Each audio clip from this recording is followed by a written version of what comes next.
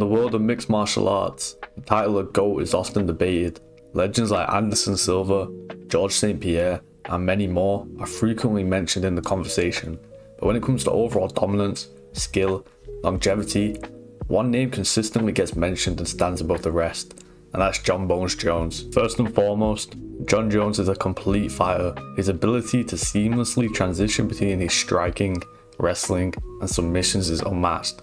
Standing at 6'4" with an 84.5-inch reach, Jon uses his physical gifts better than any fighter to ever exist to dominate his opponents both in and out of the clinch. His striking is creative and unpredictable.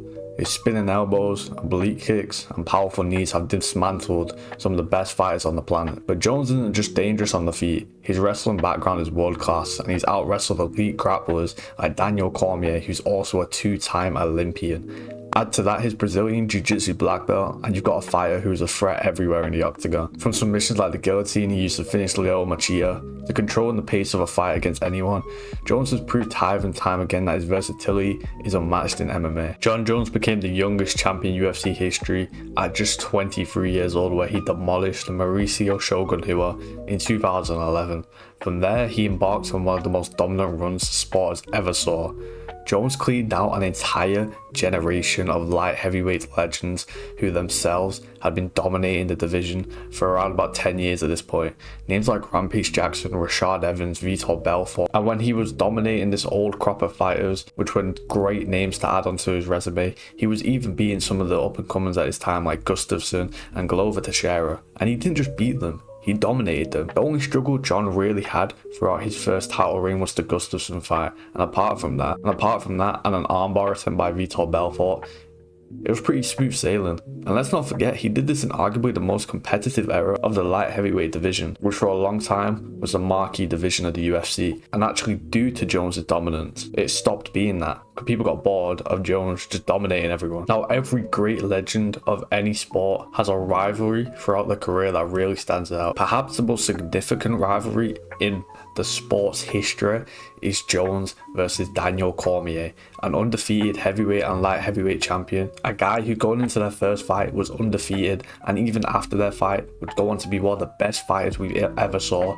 maybe even a top 10 fighter in MMA history. It's common consensus that if Jones didn't exist, DC would be the light heavyweight GOAT and would be even higher on the GOAT list than he currently is.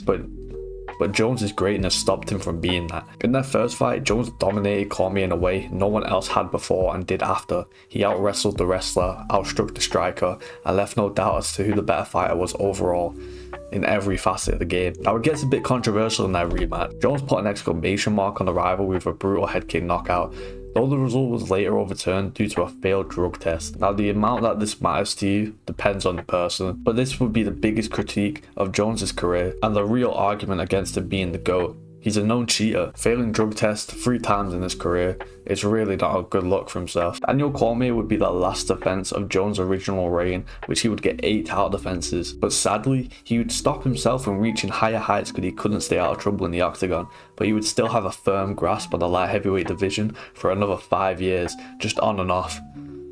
Not on and off because he was losing, on and off because he kept on getting suspended. In Jon's final reign of the light heavyweight division, it wouldn't be that impressive for him. He would dominate Anthony Smith, but Anthony Smith hasn't really gone on to do anything else since, and he really got a phony title shot to begin with. He would then beat Thiago Santos, and Thiago Santos pretty much didn't have a leg for the entire fight, and still put up a fight against Jones. And then the most controversial moment of Jones' fighting career would be against Dominic Reyes, where the general consensus is that Dominic Reyes should have won the fight 3-2, but the judges ended up giving it to Jon Jones. At this point, Jon would announce his bid to heavyweight, attempting to capture a belt in a second weight class. Some saw this as Jon trying to get a new challenge, and others saw this as him ducking the challenge of a Dominic Reyes rematch. And it's not a good look for Jon, considering that after this, Dominic Reyes would go 0-4 and has recently just ended his losing streak as of this year, 4 years after their fight. But after a 3-year hiatus away from the octagon, Jon Jones would move up to the heavyweight division to fight Ciryl Gane on March 5th. Ciryl Gane, a decorated striker whose only loss was to Francis Ngannou at this point, a champion who had left the UFC, and Jon was originally meant to fight. would be the opponent for Jones. Cyril was a different type of heavyweight, a new breed of heavyweight, something we haven't saw before. Fast, intelligent, flexible. His movement on the feet was something we never saw from a heavyweight before. But in just about 2 minutes, Jon Jones would ragdoll Cyril Gane down to the floor and would submit him. It didn't even look like a fight. Now at this point, Jon was meant to fight the consensus heavyweight GOAT in Stipe Miocic. They were scheduled to fight in November 2023, but Jon would get injured. Now they've recently been rescheduled to fight November of this year instead. But in that time, a rising contender in Tom Aspinall has come around, and many people think that Jon should be fighting Tom instead, considering that Stipe himself hasn't even fought in 4 years. Now most people are in the belief that Jon is probably going to beat Stipe, and while that would be a great name on his resume, him not fighting Tom Aspinall I think would be a bigger stain on his resume than a Stipe win would be adding to it. Now Jon at this point is 28-1, his only loss coming from a disqualification. Throughout his career, he had a fast rise, fighting some of the best in the world at only 23 years of age, and proving he was miles better than them. And then when the new generation came up, he defeated them as well.